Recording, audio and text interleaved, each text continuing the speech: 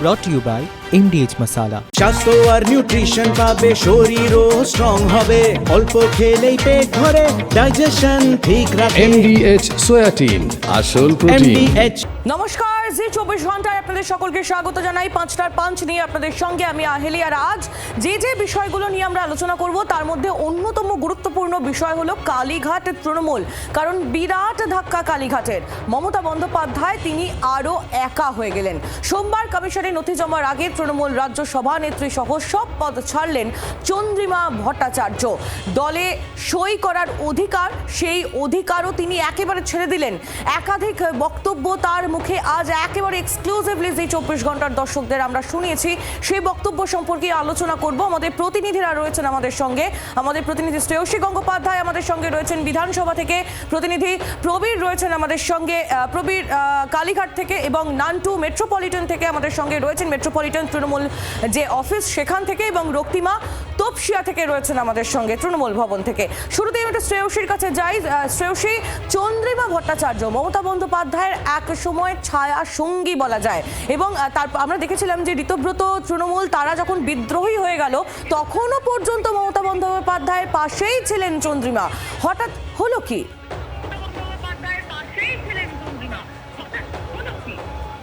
দেখো, তখনও পর্যন্ত তুমি বলছো যখন বিদ্রোহী হয়ে গেল ঋতব্রত, তৃণমূল তৈরি হলো যখন, অর্থাৎ সেটা 4 জুলাই কিছুদিন পর থেকে এটা হলো। কিন্তু আমি তোমাকে বলছি গতকাল রাত পর্যন্ত চন্দ্রিমা ভট্টাচার্য তিনি মমতা বন্দ্যোপাধ্যায়ের সঙ্গে ছিলেন। গতকাল রাত পর্যন্ত তিনি তৃণমূলের যে মেট্রোপলিটনের যে অফিস রয়েছে, যে অফিসে একটা ফ্লোর এখনো তৃণমূলের রয়েছে, সেই অফিসে তিনি বসেছিলেন। কিন্তু গতকাল রাতের পরেই কিন্তু কার্যত পরিস্থিতি চেঞ্জ হলো, এমনটাই কিন্তু দাবি করছেন চন্দ্রিমা ভট্টাচার্য। তিনি যেটা বলছেন যে এক্ষেত্রে যখন এই বাড়ি নিয়ে, অর্থাৎ এই অফিসটা নিয়ে গতকাল রাত্রে যে পরিস্থিতি তৈরি হয়েছিল, তারপরে দলনেত্রী তাকে ফোন করে বলেন যে বাড়িটা তুমি ওদের হাতে তুলে দিলে।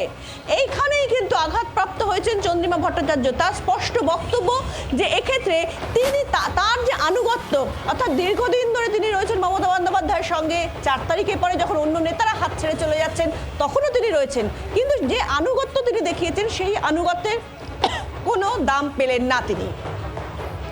একেবারে এবং তিনি এটাও বলছেন যে যেভাবে দলনেত্রী তাকে গতকাল ফোনে এই কথাটি বলেছেন যে একেবারে অফিস তুমি তুলে দিলে ওদের হাতে, তাতে চন্দ্রিমা ভট্টাচার্যের আনুগত্য নিয়ে প্রশ্ন চিহ্ন উঠছে। আর আনুগত্যে যদি প্রশ্ন ওঠে সেটাই তার সব থেকে বড় ব্যর্থতা। আমি কখনো তৃণমূল ভবন হাতে তুলে দিতে পারি? দলে সই করার অধিকারও ছেড়ে দিয়েছি। একেবারে একের পর এক বিস্ফোরক মন্তব্য। ছায়া সঙ্গী মমতা বন্দ্যোপাধ্যায়ের এক সময় ছায়া সঙ্গী চন্দ্রিমা ভট্টাচার্য। শ্রেয়সী, তুমি একটু আমাদের সঙ্গে থাকো। আমি একটু প্রবীরের কাছে যাই। প্রবীর আমাদের সঙ্গেই রয়েছেন সরাসরি। প্রবীর, চন্দ্রিমা ভট্টাচার্য তিনিও এবার হাত ছাড়লেন মমতা বন্দ্যোপাধ্যায়ের। কালীঘাটের তৃণমূলে এখনো পর্যন্ত যারা মমতা বন্দ্যোপাধ্যায়ের সঙ্গে রয়ে গেলেন তারা কি বলছেন? দেখো, তারা কি বলছে তার থেকে বড় কথা, কিছুক্ষণ আগে তৃণমূল নেত্রী মমতা বন্দ্যোপাধ্যায় তিনি নিজে মুখ খুলেছেন এই তপসিয়া মেট্রোপলিটনে যে পার্টি অফিস সেটা নিয়ে। চন্দ্রিমা ভট্টাচার্য পদত্যাগ করেছেন নাম না নিয়ে। একদিকে মমতা বন্দ্যোপাধ্যায় এই যে মেট্রোপলিটনের যে বাড়িটি, সেখানে প্রতি মাসে ভাড়া দিয়েছেন, মেনটেন্যান্সের টাকা দিয়েছেন, কেএমসির যাবতীয় টাকা পয়সা দিয়েছেন, এই দাবি করছেন বিভিন্ন কাগজপত্র দেখিয়ে। পাশাপাশি দাঁড়িয়ে চন্দ্রিমা ভট্টাচার্যর নাম না নিয়ে তিনি বলেছেন যে কারোর খারাপ লেগেছে গতকালের পর, তাই তিনি আজকে সকালে পদত্যাগ করেছেন। কিন্তু আসল বিষয় সেটা নয়, তার হয়তো ব্যাগেজ রয়েছে, তাই তিনি এই মুহূর্তে দাঁড়িয়ে সম্পর্ক ত্যাগ করছেন তৃণমূল কংগ্রেসের সঙ্গে। ফলে চন্দ্রিমা ভট্টাচার্যকে ঘুরপথে আক্রমণ করেছেন মমতা বন্দ্যোপাধ্যায়, যে নিজের সম্পত্তি বাঁচাতেই চন্দ্রিমা ভট্টাচার্য এই সিদ্ধান্ত নিয়েছেন।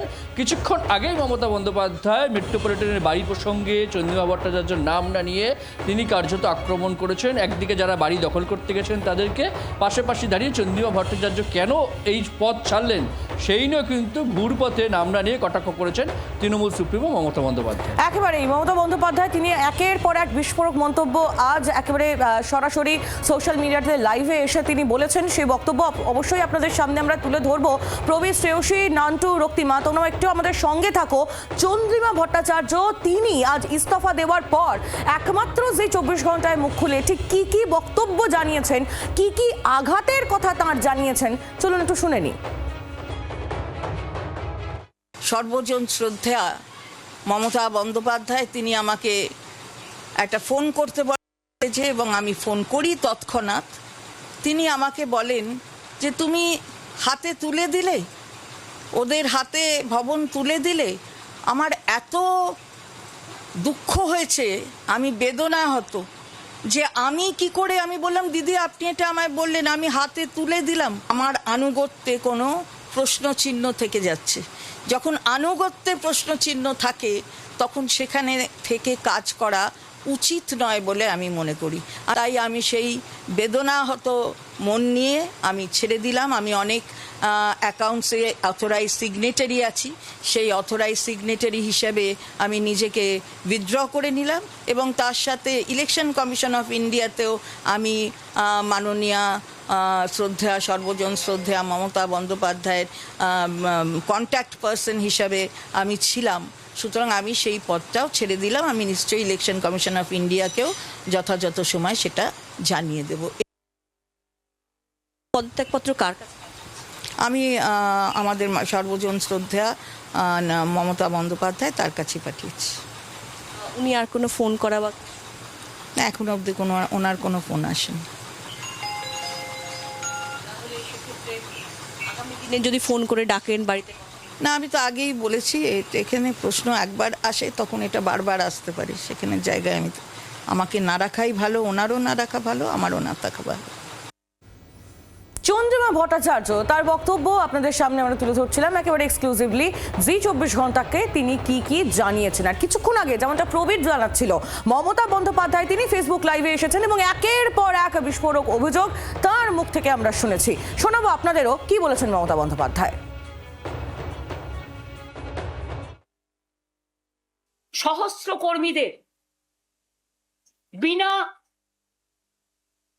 কোনো কেস থাকা সত্ত্বেও এবং যে কেসের কোনো ভ্যালু নেই, কোর্টের অর্ডার না থাকা সত্ত্বেও তাদের দিনে দুপুরে চুরি, ডাকাতি, ধর্ষণ, গাঁজা এই সমস্ত নানা রকম বাজে বাজে কেস দিয়ে, যার সাথে কেসের কোনো সম্পর্কই নেই, তাদের লকআপে ঢুকিয়ে দেওয়া হচ্ছে। মমতা বন্দ্যোপাধ্যায়ের বক্তব্য আমরা শুনছিলাম। আমি একটু শ্রেয়সীর কাছে যাই। শ্রেয়সী, আজ তুমি চন্দ্রিমা ভট্টাচার্যের সঙ্গে কথা বলেছিলেন, তিনি তোমাকে তার পদত্যাগের কারণ সম্পর্কে নানান বিষয় জানিয়েছেন। এদিকে আমরা মমতা বন্দ্যোপাধ্যায়ের বক্তব্য শুনলাম, তিনি বলছেন যে বিভিন্ন রকমের ফলস কেস দিয়ে দল ছাড়তে বাধ্য করা হচ্ছে। চন্দ্রিমা ভট্টাচার্য কি এ ধরনের কোনো কথাবার্তা বলেছেন বা কোনো ইঙ্গিত কি দিয়েছেন?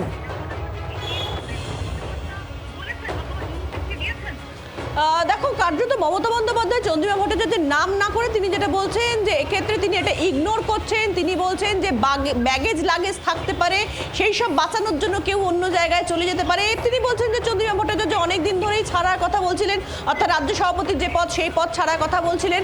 এবং তিনি এটাও বলছেন যে এক্ষেত্রে ব্যাগেজ লাগেজ থাকতে পারে, অর্থাৎ নিজস্ব ব্যক্তিগত কোনো প্রয়োজনের জায়গা থাকতে পারে। সেই জায়গা থেকে দাঁড়িয়ে কিন্তু কার্যত চন্দ্রিমা ভট্টাচার্য পদ ছেড়েছেন, এমনটাই কিন্তু মমতা বন্দ্যোপাধ্যায় বলছেন।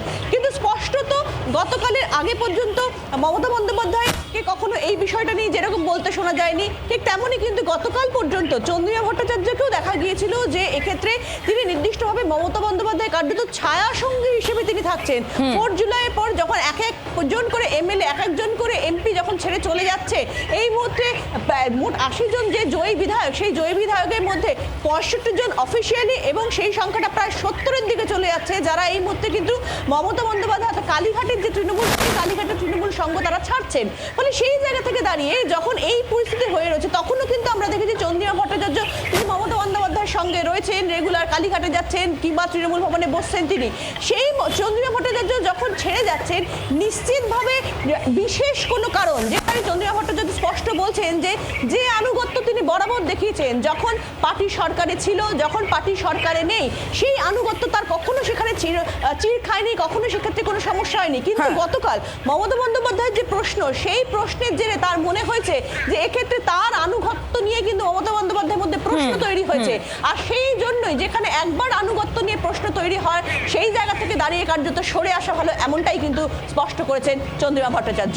একেবারে শ্রেয়সী, তুমি একটু আমাদের সঙ্গে থাকো। আরো একবার প্রবীরের কাছে চলে যাব। প্রবীর, যে মমতা বন্দ্যোপাধ্যায় তিনি একের পর এক বিস্ফোরক অভিযোগ আজ করলেন, চন্দ্রিমা ভট্টাচার্য তিনি মমতা বন্দ্যোপাধ্যায়ের হাত হাত ছাড়লেন। নিঃসন্দেহে এই মুহূর্তে কালীঘাট তৃণমূলে যে কজন মমতা বন্দ্যোপাধ্যায়ের পাশে রয়েছেন তাদের মধ্যে চন্দ্রিমা ভট্টাচার্য একটা অত্যন্ত বড় নাম। তার চলে যাওয়ার পর কালীঘাট তৃণমূলের বাকি নেতারা তারা কি বলছেন, তাদের মধ্যে কি কোনো রকমের কোনো উত্তেজনা বা কোনো মন্তব্য সামনে এসেছে প্রবীর? দেখো, মমতা বন্দ্যোপাধ্যায় যখন সরকারে ছিলেন বা যখন সরকারে আসবেন 2011 সালের আগে এবং সরকার যাওয়া পর্যন্ত মমতা বন্দ্যোপাধ্যায়ের একদম ছায়াসঙ্গী ডানহাত বাহাত বলতে যাদের নাম শোনা যেত তাদের মধ্যে ববি হাকিম, অরূপ বিশ্বাস, শোভন চট্টোপাধ্যায়, পার্থ চট্টোপাধ্যায়, সুব্রত বক্সী, শশী পাজ এবং চন্দ্রিমা ভট্টাচার্য। এই 5-7 জনের নাম সবসময় ঘোরাফেরা করতে এবং 5-7 জন সবসময় গুরুত্ব পেয়ে এসছে তৃণমূল নেত্রীর কাছে।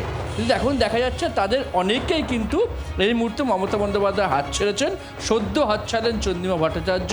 স্বাভাবিকভাবে আজকে কালীঘাট জুড়ে যে আলোচনার কেন্দ্রবিন্দুতে কেউ থেকে থাকেন সেটা হচ্ছে চন্দ্রিমা ভট্টাচার্য। কিছুক্ষণ আগে কল্যাণ বন্দ্যোপাধ্যায় তিনি বলছিলেন, আক্রমণ না করে বলছিলেন যে মমতা বন্দ্যোপাধ্যায় এর আগে বহুজনকে বহুবার বকাবকি করেছে, তখন তারা কিন্তু কেউ কিছু মাইন্ড করেনি। হঠাৎ আজকে মমতা বন্দ্যোপাধ্যায় বকাঝকাতে তারা যারা মাইন্ড করতে শুরু করেছেন তাদের লক্ষ্য নিয়ে প্রশ্ন তুলেছেন কল্যাণ বন্দ্যোপাধ্যায় মমতা বন্দ্যোপাধ্যায়ের বাড়িতে ঢোকার আগে।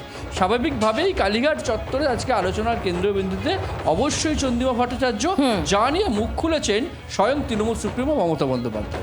একেবারেই প্রবীর, তুমিও আমাদের সঙ্গে থাকো। আমি এবার একটু যে পরিস্থিতি এই মুহূর্তে তৃণমূলের অন্দরে চলছে সেটা নিয়ে একটু কথা বলি। আর তৃণমূলের পার্টি অফিস, সেই পার্টি অফিস নিয়েও কিন্তু টানাটানি ইতিমধ্যেই শুরু হয়েছে, যার ফলশ্রুতিতে আজ আমরা দেখতে পেলাম এই টানাটানি অফিস নিয়ে টানাটানি গতকাল থেকেই শুরু হয়েছে। তারপর চন্দ্রিমা ভট্টাচার্য তিনি তার যে বক্তব্য, তারপর তার মমতা বন্দ্যোপাধ্যায়ের হাত ছেড়ে দেওয়া, এই গোটা এপিসোড আমরা আজ দেখলাম।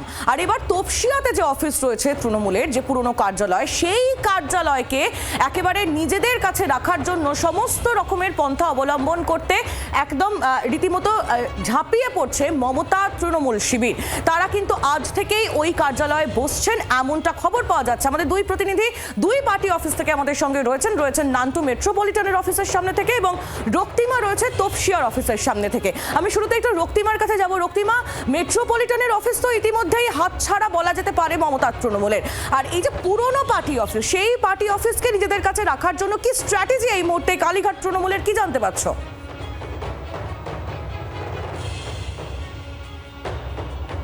দেখো, আজকে সকাল থেকেই কিন্তু জানা গিয়েছিল যে আজকে থেকেই তৃণমূল নেতৃত্ব অর্থাৎ কালীঘাটপন্থী তৃণমূলের নেতৃত্ব তারা আসবেন এবং এই পুরনো পার্টি অফিসে তারা বসবেন আজকে থেকে। এবং সেই মোতাবেক দেখা গেল, দেখো আজকে দুপুরে উপাসনারা এলেন এবং এখানে এসে তারা কিছুক্ষণ ছিলেন।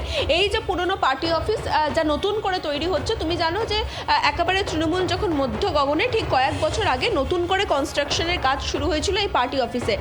তুমি দেখতে পাচ্ছ বিল্ডিং এখনো পর্যন্ত নির্মীয়মান, তবে বেশ কিছু ঘর রেডি হয়ে গিয়েছে বাইরে থেকে দেখে যেটুকু বোঝা যাচ্ছে। সেই সমস্ত ঘরেই আপাতত নিজেদের কাজ শুরু করবে কালীঘাটপন্থী তৃণমূল, যেমনটা জানা যাচ্ছে।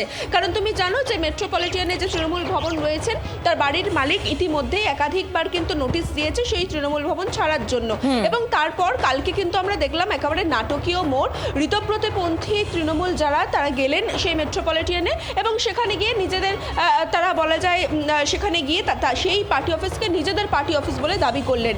কিন্তু এই যে নতুন যে বিল্ডিং তৈরি হচ্ছে তৃণমূল ভবন, পুরনো তৃণমূল ভবনকে ভেঙে নতুন করে যে তৈরির কাজ হচ্ছে, এই তৃণমূল ভবন যাতে ঋতব্রতপন্থী তৃণমূলের হাতে চলে না যায় তার জন্য কিন্তু আজকে থেকেই বলা যায় পাহারা দেওয়া শুরু করলো কালীঘাটপন্থী তৃণমূল। কারণ আজকে আমরা দুপুরে যেটা দেখলাম যে উপাসনা যারা একেবারে যুব নেতৃত্ব বলা যায় তারা এলেন এবং তারা এসে দীর্ঘক্ষণ কিন্তু এই পার্টি অফিসে বসেছিলেন। এখানে যারা রয়েছেন কনস্ট্রাকশনের কাজ করছেন তাদের সঙ্গে কথা বললেন, যারা সিকিউরিটি গার্ড যিনি ছিলেন তাদের সঙ্গে কথা বললেন এবং যাতে কোনো বাইরের ব্যক্তিকে ভেতরে প্রবেশ করতে দেওয়া না হয়, অর্থাৎ একেবারে বাইরের ব্যক্তি বলতে তাদের পার্টির অর্থাৎ কালীঘাটপন্থী তৃণমূলের যারা নেতৃত্ব রয়েছেন তারা ছাড়া অন্য কেউ যাতে ভেতরে প্রবেশ করতে না পারে সেটা কিন্তু সমস্ত রকমের দিক রক্তিমা একেবারে খতিয়ে দেখছে কালীঘাটপন্থী তৃণমূল এবং তারা কোনো রকমের কোনো ফাঁক ফোকর রাখতে চাইছেন না। তুমি একটু আমাদের সঙ্গে থাকো, মেট্রোপলিটন অফিসের ছবিটা একটু জেনে নেবো আমাদের প্রতিনিধি নান্টুর কাছ থেকে। তার আগে একেবারেই আমরা যাব মেট্রোপলিটনে, তবে তার আগে দোলা সেন তিনি কি বলছেন একটু শুনবো। আমাদের পার্টি অফিস এটা হোক বা যেটা আমরা ভাড়া দিচ্ছিলাম সেটা হোক, ভাড়াও তো আমরা আপ টু দ্য মার্ক আছে, আমাদের চুক্তি আছে। আমরা আইন ব্যবস্থা, বিচার ব্যবস্থা এবং পুলিশ প্রশাসনের ওপর ভরসা রাখতে চাই। আইন মোতাবিক ল অফ দ্য ল্যান্ড যা বলবে, কনস্টিটিউশন যা বলবে সেটাই হবে। আমরা আমাদের কাজ করছি খুব নিশ্চিন্তে, আমরা আমাদের যা কাজ সেই কাজ করছি।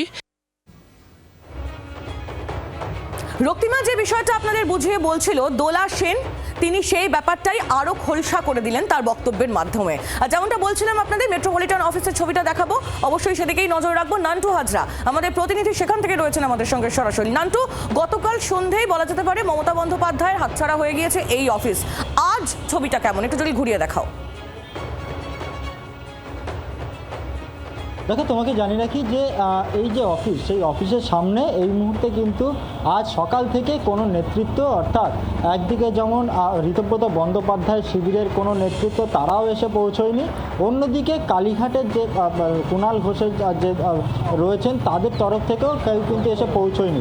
এবং সকাল থেকে দেখা যাচ্ছে যে একেবারে যে পুলিশ এবং কেন্দ্রীয় বাহিনী তারা এখানে মজুত রয়েছে এবং একেবারে গেটে বসে তারা কিন্তু এই মুহূর্তে এই যে অফিস, সেই অফিস পাহারা দিচ্ছে। তবে এই অফিসটি যেটা দেখা যায় যে পালা বদলের পর যে এই বাড়িটির মালিক, সে মালিক কিন্তু নোটিশ দেয়, তার কারণ যে তাদের যে মেয়াদ, সেই মেয়াদ শেষ হয়ে গিয়েছিল এবং অফিস ছাড়ার জন্য। কিন্তু তারপরেই কিন্তু দেখা যায় যে তৃণমূলের তরফ থেকে এই অফিসের এক এক করে সমস্ত জিনিসপত্র সরিয়ে নেওয়া হয়। এই যে বিল্ডিং, সেই বিল্ডিংয়ের বাইরে সবুজ রং করা ছিল বিভিন্ন জায়গায়, সেই রং মুছে ফেলে এই মুহূর্তে হালকা হলুদ রং করা হয়েছে। অর্থাৎ গতকাল দেখা গেল যে আচমকাই আবার যে ঋতব্রত বন্দ্যোপাধ্যায় শিবির তারা কিন্তু এসে পৌঁছলো এবং তার পাশাপাশি কুণাল ঘোষ থেকে শুরু করে কালীঘাটপন্থী যারা, তারাও এসে পৌঁছলো এবং ঋতব্রত বন্দ্যোপাধ্যায় তালা খুলে তারা ভেতরে প্রবেশ করলেন, সেখানে বসে তারা মিটিং করলেন এবং বেরিয়ে যাওয়ার সময় তারা কিন্তু তালা মেরে বেরিয়ে গেলেন।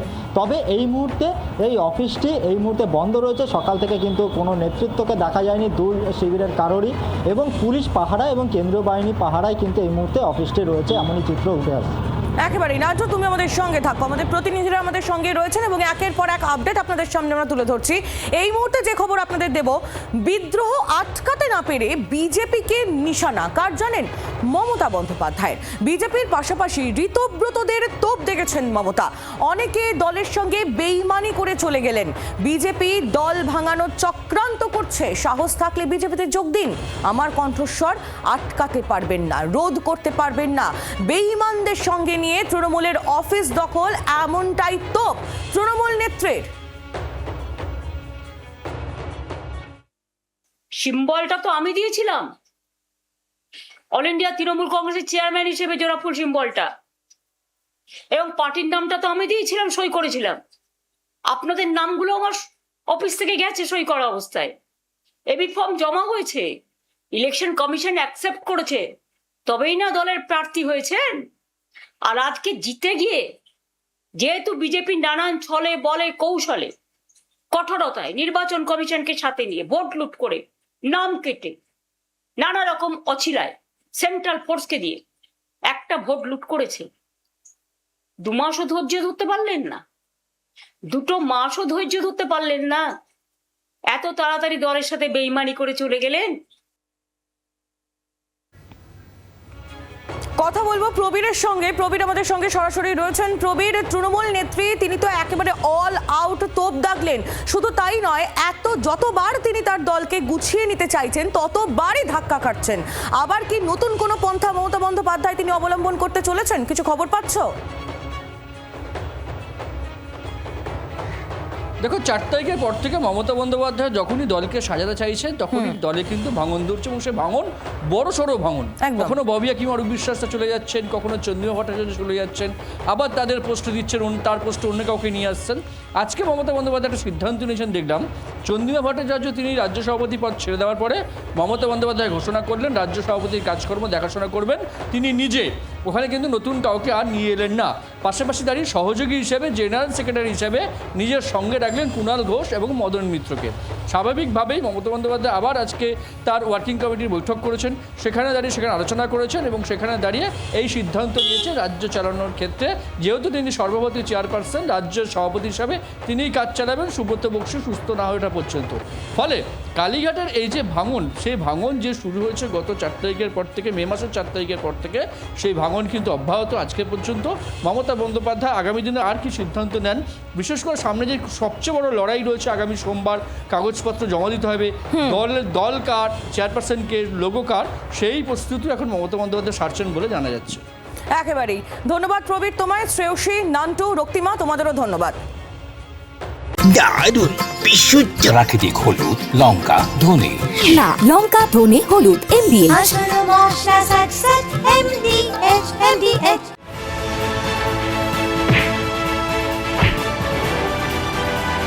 brought to you by MDH Masala.